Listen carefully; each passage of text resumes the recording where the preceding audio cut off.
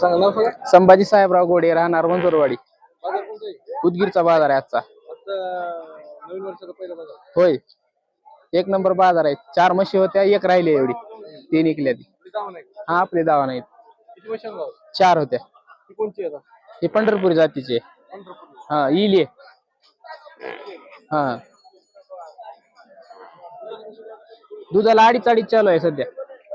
हा, वगार दिली आहे, पोटाखाली वगार आहे. 70. हा, मागणी झाली आहे 60 ला, पण नाही दिली आहे.